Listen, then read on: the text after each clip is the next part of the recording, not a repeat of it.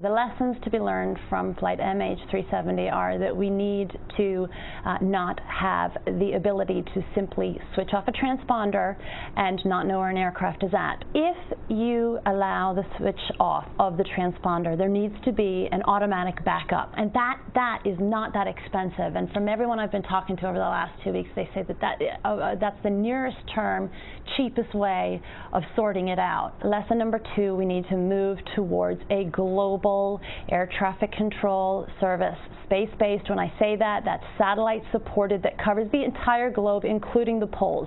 So this system, this service is coming.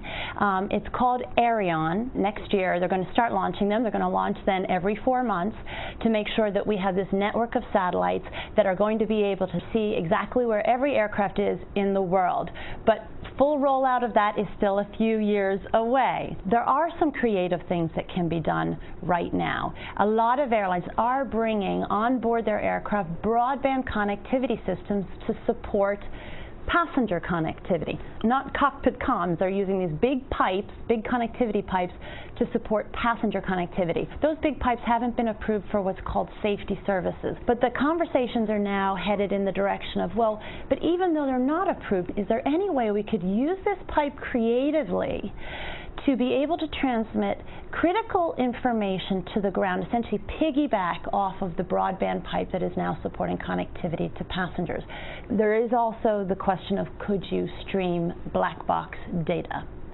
And in the wake of Air France 447 in 2009, that was a very, very big conversation. A lot of people talked about that. The reality is that it's very costly to stream black box data in real time. Now, there are some providers that are suggesting that you don't need to stream in real time. You don't need to stream in entirety. You could have bursts of data coming from the flight data recorder. So, you know, it's not cheap to do some of the things we're talking about here, but again, that is why some industry players are saying, well, we're already bringing these kind of big broadband pipes to passenger connectivity, and airlines are subsidizing that service for passengers. So airlines are already taking a hit to bring us broadband in flight. Well, why not figure out some creative ways to use that pipe to stream some data that could be very useful in this type of a situation?